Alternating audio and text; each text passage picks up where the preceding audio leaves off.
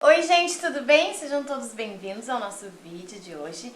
E eu tô muito feliz com esse vídeo porque nós estamos recebendo uma pessoa muito especial para mim e com materiais muito especiais para todos nós.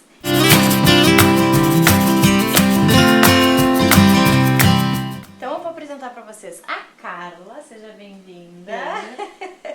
A Carla é professora, pedagoga, ela vai nos mostrar, apresentar um planejamento, olha que interessante. A gente vai contemplar só a área da linguagem, né? O planejamento aconteceu com todas as áreas, todas as disciplinas, mas a gente priorizou a área da linguagem. Ela vai nos apresentar todos esses materiais, olha só que legal, para vocês poderem reproduzir aí agora que estão pensando no planejamento para a turma de vocês. Bom, então passada essa apresentação da Carla, vou explicar pra vocês que hoje é o nosso vídeo introdutório aí, que a gente vai falar sobre uma semana aí de planejamento para alfabetização. Começamos hoje com o nosso vídeo introdutório e depois, cada dia essa semana, eu vou postar um vídeo explicando o que aconteceu naquele dia, na segunda, na terça, na quarta, na quinta e na sexta também a gente vai ter um vídeo especial com alguns jogos, tá bom, gente? Então, contextualizando, era um primeiro ano? Sim, o primeiro ano de ensino fundamental, uma escola pública aqui de Porto Alegre, que eu fiz meu estágio no segundo semestre de 2017. Quando tu pegou os alunos, eles estavam todos alfabetizados? Não, tinham 6 crianças alfabetizadas, umas 5 silábico-alfabéticas e tinha bastante silábicos ainda. E por que tu teve a opção de entrar para o primeiro ano? O que te inspirou aí, te motivou? Foi, no geral, a trajetória, assim, na graduação, né, que me encantei muito com a alfabetização, com as professoras que a gente tem na Faculdade de Educação, que tem esse olhar, assim, sobre a alfabetização e que eu acho que pela forma como elas veem, assim, ensinam a gente a também se apaixonar por isso. Então foi esse caminho, assim, foi muito natural. Muito natural. E tu sentiu medo? Sim, sinto ainda hoje. Sempre sentimos, né? Não interessa quanto tempo a gente tem. Verdade. De experiência, a gente sempre vai ter o friozinho na barriga. Mas eu acho que é legal a gente falar, e por isso que a gente fala tanto de planejamento. A Carla foi quem nos cedeu o primeiro planejamento que vocês recebem quando entram para a lista VIP, um planejamento super legal, que eu acho que nos ajuda nesse frio na barriga quando a gente tem esses materiais, quando a gente tem um planejamento, uma organização, nos ajuda muito, né? Para nos dar mais segurança até a gente conhecer o ritmo da turma. Então vamos começar. Olha só, a Carla, muito organizada, trouxe pra gente toda uma tabela de planejamento pro segunda, terça, quarta e quinta, porque é assim que acontece o estágio, né? Lá na URGS, pelo menos, são 4 dias e no quinto dia elas têm reuniões. Contextualizando que, claro, todas essas atividades não aconteceram em uma semana. Exato. Ela pode falar. Estão aqui eu trouxe até pra mostrar pra gente ter essa noção de que isso tudo não acontece num espaço de uma semana, porque seriam muitas coisas até. Mas aqui tem 2 semanas de planejamento, então, que foram as 2 semanas que eu sistematizei nessa tabela única, só pra reunir tudo que era em relação a essa sequência didática do P e do B. E olha só como ela organizou. Essa tabela a gente pode deixar disponível, vocês podem ter acesso. Olha só que querida! Só pra vocês entenderem por cores. Então, tu pode nos explicar as cores? Sim, pensei assim, ó, atividades, coisas dirigidas pela professora e junto com os alunos. Coletivo. Então, tinha o coletivo, mas dirigido sempre pela professora, né? Porque em muitos momentos as crianças eram protagonistas, mas nesses momentos iniciais a professora iniciava de alguma forma as atividades. Então, no primeiro dia da semana ele teve a leitura de poemas de um livro que a gente vai mostrar pra vocês. Teve a leitura de um outro livro no segundo dia, do cartaz desse livro, que a gente leu na segunda.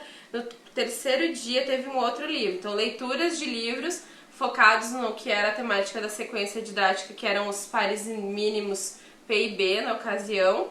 Pares mínimos de consciência, pares mínimos de consciência, a ideia era trabalhar a consciência fonoarticulatória dessas letras, né? Que as crianças confundem muito. A gente que tá em sala de aula, a gente vê isso todo dia. Que é o P e B, o F e V, o T e o D, o C e o G, enfim, né? E as crianças confundem muito isso, então era muito necessário trabalhar. E hoje eu acompanhei essa turma no segundo ano e a gente continua trabalhando isso, então isso não se encerrou ali no primeiro ano, quando eu fiz meu estágio, né? Hoje, como professora, eu tô com essa turma no segundo ano e essas questões continuam lá, né? E a gente precisa sempre trabalhar. Aí, amarela, eu coloquei os jogos Em azul eu coloquei atividades mais estruturadas, que são as folhinhas mesmo. Sistematizações. Olha como tem aqui, a gente olhando para essa folha bem colorida, a gente consegue ver um pedacinho bem distribuído do que é dirigido, do que é jogo, do que é sistematização. Olha a importância disso. Claro que isso não muda o fato de que, por exemplo, nos jogos, muitos deles vão trabalhar leitura e escrita, mas a característica principal da atividade era ser um jogo. Aqui, atividades de leitura mais individuais, assim, como a leitura de classificação de palavras, com foco no P e no B, em que as crianças separavam ali, né, as palavras, as que tinham P e as que tinham B, e colocavam em uma tabela específica lá que a gente tinha na sala de aula. E aqui de verde tem uma atividade permanente, pelo que eu tô percebendo. Sim, uma atividade permanente. Tinham outras na semana também, as rotinas e tal, mas tudo isso eu não coloquei. Mas essa leitura do livro da semana e a leitura fruição era uma parte dura, assim, do planejamento. Disso eu não abria mão que houvesse em algum momento, né, da semana. Era bem importante para eles. A leitura pelas próprias crianças. Sim, pelas próprias crianças. Livros. Isso, a leitura do livro da semana era por mim, né? Um livro que eu escolhesse. Podia estar relacionado ao que a gente estava trabalhando no momento ou não. Tá. Né? Nessa semana foi um livro da Ruth Rocha, como esse livro dos poemas, das palavras eram da Ruth Rocha, eu escolhi um livro da Ruth Rocha também. Eles têm momentos que eles leem sozinhos. Sim. Né? Acho que isso é importante a gente falar, que mesmo a criança não tendo ainda a leitura sistematizada, a questão da decodificação, mas isso é importante, que é a questão que a gente fala do letramento, da cultura escrita, deles estarem em contato com o material. Né? Isso também é importante para trabalhar a sequenciação, né? De uma história e construir isso, porque também é uma coisa necessária. Aqui eu coloquei mais cruzadinhas, aqui também eu procurava ter momentos de roxo aqui. Olha aqui, oralidade. A oralidade. Claro que você vai me dizer, mas a oralidade tá aqui, a oralidade tá aqui, tá em todos os lugares. Mas isso era importante, né? Então ter uma atividade que as crianças tinham que se colocar numa posição de apresentar algo aos colegas e para desenvolver. Era, assim, nesse caso aqui, ó, foi a continuação da atividade anterior, que eram criações de adivinhas. Eles criaram adivinhas, escolheram naquela semana, naquela ocasião foram animais. Pode mostrar, claro? Posso, claro. Eram animais, aí cada grupo recebeu um animalzinho desse. Não, receberam 3 animais e daí eles tinham que criar adivinhas ou charadas, enfim, poeminhas com animais, era bem livre. Mas na primeira parte, então, que eles fizeram isso, eles criaram e aí então depois houve a apresentação para os colegas. Olha só, eles tiveram que pensar o que eles iam apresentar. Olha que importante a gente trabalhar com isso. Né? Então aqui teve coisas muito, muito ricas, assim.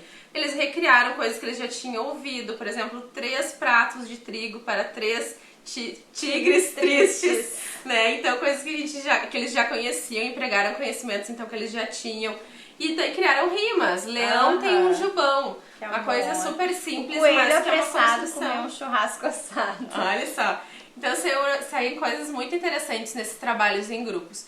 Esses grupos também, eu sempre coloco entre parênteses aqui, mas aqui eu não coloquei. As duplas lá do bingo, né, pro jogo do bingo, eram duplas intencionais, não era uma coisa assim, façam duplas. Não, a professora escolhia que duplas que iam, né, se ajudar. E em alguns momentos, como é que eram esses teus critérios de escolha para essas duplas ou para os grupos? Muitas vezes eu escolhia era mais assim, eu partia do silábico alfabético e dos alfabéticos e juntava lá com o silábico, né? Procurava fazer esse distanciamento. Às vezes eu juntava um silábico com um silábico e aí eu ia intervir mais nesse grupo. Daí eu ia mais nesse grupo e conseguia focar, dar mais atenção pelo fato de eles estarem juntos, né? Facilitaria no próprio trabalho de docência. Aqui bem tá em laranja, talvez não esteja claro aí, mas aqui é laranja. Então no fim da semana, não necessariamente nesses períodos. Dar uma sistematizada, sim. Não necessariamente nesses períodos aqui. Eu procurava tentar o horário nobre ali, né? Aquele horário que eles chegaram, ainda estão descansados e tal, não teve o recreio. Então eu procurava fazer o ditado mais no começo, mas coloquei aqui como um marcador importante de que depois de trabalhar uma sequência com tantas palavras assim, a gente escolhia algumas, né, do banco de palavras da semana e fazer ali o ditado, que é uma atividade que atende super bem a avaliação. ditado estourado. Tu pode explicar? Ah, sim. O ditado estourado, muita gente deve conhecer, é um ditado em que eu colocava palavras dentro de balões e colocava com fita crepe ali grudadinho no quadro, né? Então ficava aquele monte de balão. Eu procurava fazer no início da aula ou depois do recreio, porque quando eles chegassem estaria pronto. E isso já fazia já gerava uma motivação. Assim, eles ficavam motivados. Então estavam lá os balões já no quadro e eu também colocava uma frase. E daí eu chamava os ajudantes do dia, daí eles iam lá, estouravam o balão e liam as palavras. Isso é uma avaliação de leitura, olha só. Sim. Então eles liam essa palavra. Então aquela palavra ali, eu já sabia que ele tinha lido. Então se aquela criança leu aquela palavra naquele dia, também era interessante observar como é que ela registrou.